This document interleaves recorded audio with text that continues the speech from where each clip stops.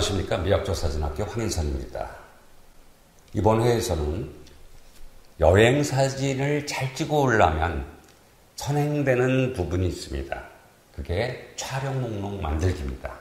일단 여러분들이 촬영 목록을 어떻게 만들어서 가져온 소개 성과가 어떤지에 대해서 리뷰를 해볼 수가 있는 부분이 떠나기 전에 촬영 목록을 만드시는 방법에 대해서 말씀을 좀 드립니다.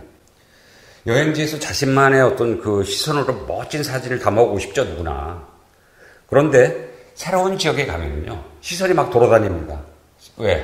눈에 안 보던 것들이 막 보여지는 거죠. 신기한 것들이. 그러다 보면 그것에 집중하게 되고 그걸 많이 찍게 됩니다. 그러면 결과적으로 내가 애당초 놓치고 온 것들이 너무 많습니다. 초기에 떠나기 전에 어떤 것들을 해야지 하고 막연히 생각했던 것들이 현지에서 180도 바뀌는 경우가 왕왕 있죠. 그래서 기본적으로 떠나기 전에 촬영 목록을 어떻게 만들고 촬영 소재거리는 어떤 것이 있는지에 대해서 우리가 한번 정리를 해가지고 떠나면 완벽한 형태로 100%는 못 건져오더라도 한 8, 90%는 소개의 목적을 달성할 수 있을 것 같아서 이번 시간에는 여행사진 촬영 목록이라고 여러분들이 어떻게 할 것인지에 대해서 한번 구체적으로 설명을 좀 드려볼까 합니다. 자, 촬영 목록 만드는 방법이 있죠. 방법인데요. 기본적으로 이제 여러 가지 옆에 체크 포인트가 있죠. 체크 포인트의 부분이 있는데 주로 여행에서 촬영 목록 중에 어떠한 부분에 여러분들이 신경 쓸 것인지를 제가 기본적으로 10가지로 나눠서 한번 설명을 좀 드리겠습니다. 그래서 첫 번째가 뭐냐면 사람입니다. 사람을 어떻게 찍을 것이냐. 사람은 아이서부터 해가지고 노인까지 이렇게 다양한 형태의 연령대가 있을 것이고요. 그 다음에 직업에 따라서 또 나눌 수도 있겠죠. 그 다음에 인물을 찍을 때 환경 포트레이트라고 인물과 그 사람이 속해져 있는 공간을 같이 찍어내는 방법도 있습니다. 기본적으로 인물 사진을 여러분들이 한 번이라도 찍어 오셨다 그러면 그동안 여러분들이 찍어온 인물 사진을 한번 분류를 해보세요. 목록별로 분류해서 직업별 분류를 한다든지 아니면 복장별 분류를 한다든지 이런 식으로 한번 해보시다 보면 본인이 이제 여행을 가는 나라에서 어떤 사진을 담고 싶은지 한번 생각을 해보시면 좋으실 것 같아요. 그러면 이제 기본적으로 여행 사진에서 인물 담기를 어떤 부분이 좀 빠진 것 같아. 나는 애들을 좀 많이 못 찍은 것 같아. 아니면 나는 전통 복장을 입은 사람들을 많이 못 찍은 것 같아. 등등을 여러분들이 체크업 하시거나 아니면 여행을 떠나신다 그러면 기본적으로 사람하고 기본적으로 만남이 많기 때문에 이 사람들을 어떤 식으로 찍을 것인지에 대해서 한번 고민해보는 방법도 좋을 것 같습니다. 밑에 있는 사진들은 전부 라오스 사진입니다. PPT에서 보여주고 있는 사진은 라오스 사진인데요. 소수 민족들을 제가 한 8개 부족을 한번 찍은 적이 있어요. 루앙랑타라는 지역에 한국인이 잘 가는 지역은 아닌데요. 거기서 이제 8개 부족을 제가 이렇게 부족 마을별로 산속에도 좀 들어가고 하면서 원주민들하고 이렇게 찍어본 그런 사진들이 있는데요. 언제 기회가 되면 좀 보여드리기도 하고 맛배기로 지금 제가 서너 장 사진만 가지고 설명을 좀 드릴까 합니다.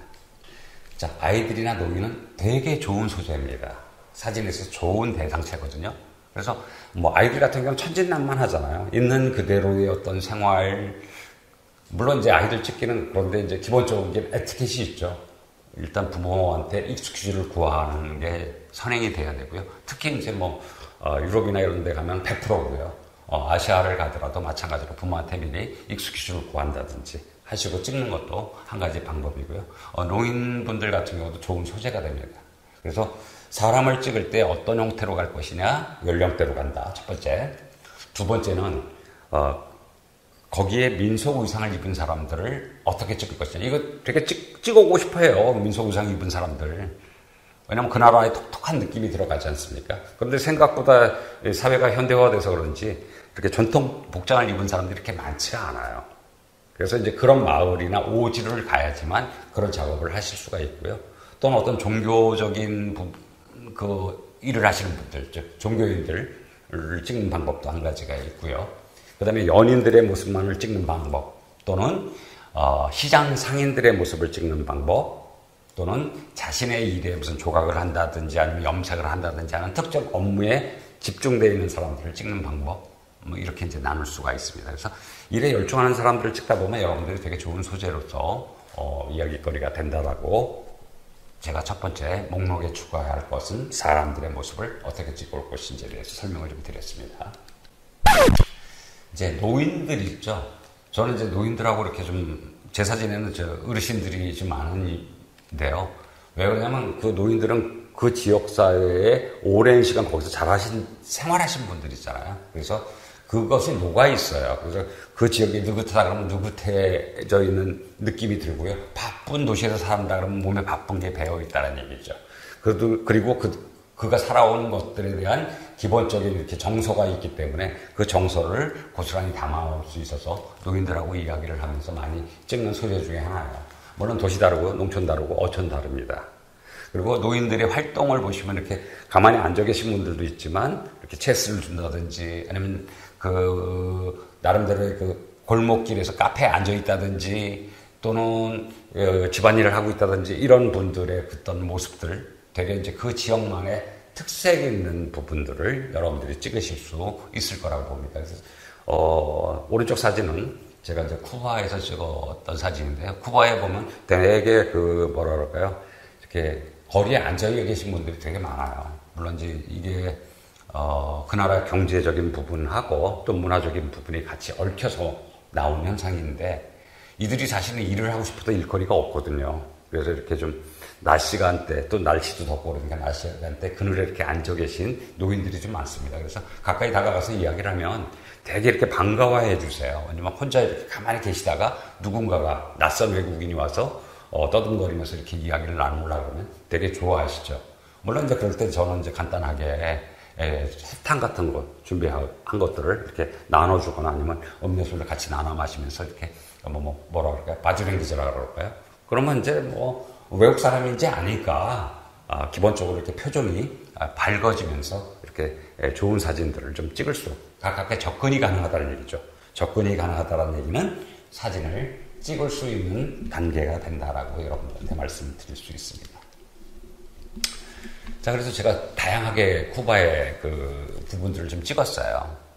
노인들을 찍고 특히 이제 시가를 피는 모습, 꽃을 들고 있는 모습, 이런 것들이 그쪽 지역의 어떤 특징적인 부분이기 때문에 그런 부분들을 좀 찍었는데 일반적으로 이제 이분들한테 이게 언어가 잘 안 통하잖아요. 언어가 안 통할 때는 한 장을 먼저 찍고 카메라로 보여주세요. 이렇게 액정을 보여주면 되게들 좋아하세요. 자기 모습이 이렇게 나왔냐고 좋아하신다고요. 이게 어프로치 방법이죠. 어프로치 방법이기 때문에 물론 이제 그런 분들이 10명 중 9분이고요. 한 분 정도는 찍지 마 이런 사람도 있습니다. 더 기죽을 필요는 없고요. 이렇게 정중하게 여러분들이 다가가면 좋은 사진을 찍을 수 있는 기회가 될 수 있습니다. 그래서 첫 번째는 인물을 어떻게 찍을 것이냐. 그래서 저 같은 경우는 다양하게 찍어놨죠. 일하는 사람들, 민속 의상 입고 있는 사람들, 아가씨들의 모습, 또는 춤추고 있는 사람들의 모습, 이런 식으로 다양한 모습들을 좀 담아놨기 때문에 그 나라 사람들이 갖고 있는 특유한 삶의 부분들이 묻어난 사진들이 많다라고 보실 수가 있습니다. 자, 이제 아이들은 여러분들이 찍는데 몇 가지 제가 주의할 것만 좀 드릴게요. 애들은 호기심이 좀 많아요. 그래서 막 달려들기도 하고요. 또는 이제 어느 정도 일정한 관광지인 경우에는 애들이 달려와서 무슨 껌을 달라든지 아니면 사탕 달라 그러든지 볼펜 달라든지 이런 부분들이 좀 있습니다. 그래서 그런 거 재밌게 애들하고 놀아주고요. 놀아주면서 찍은 다음에 이렇게 보여주고 자기 모습 보여주면 되게들 좋아해요. 그런데 이제 애들이 일하는 부분들은 먼저 활동성이 있어요. 그래서 여러분들이 그 스냅으로 정확히 잡아내시려고 그러면 기본적으로 모드 자체를 스포츠 모드로 설정을 하셔야 돼요. 스포츠 모드로 설정해서 ISO도 높여놓고 속도도 빨리 해놓고 그래서 정확하게 흔들림 없는 사진들을 좀 찍어낼 수 있는 부분이 팁이라는 팁이고요. 아이들은 기본적으로 아이들하고 정서 공유하는 게 되게 중요한 부분이죠. 그래서 아이들하고 같이 이렇게 놀아준다든지 그러면 이 표정, 제스처만 가지고도 사실은 커뮤니케이션이 됩니다. 우리가 이제 바디랭귀지라고 그러죠. 그래서 언어적 정서 서로 간에 정서를 공유하면 애들이 미러링 현상이라 그래서 제가 화난 척 하면 그쪽도 화난 척 하고요. 제가 깔깔대고 웃으면 그쪽도 깔깔대고 웃습니다. 이걸 이제 미러링 현상이라고 얘기를 하는데 기본적으로 여기서 이제 찍는 사람이 다가가서 자연스럽게 그런 부분들을 좀 공유하는 것 자체가 순수하게 표정이 나오는 사진들을 찍을 수가 있다라고 말씀드릴 수 있습니다.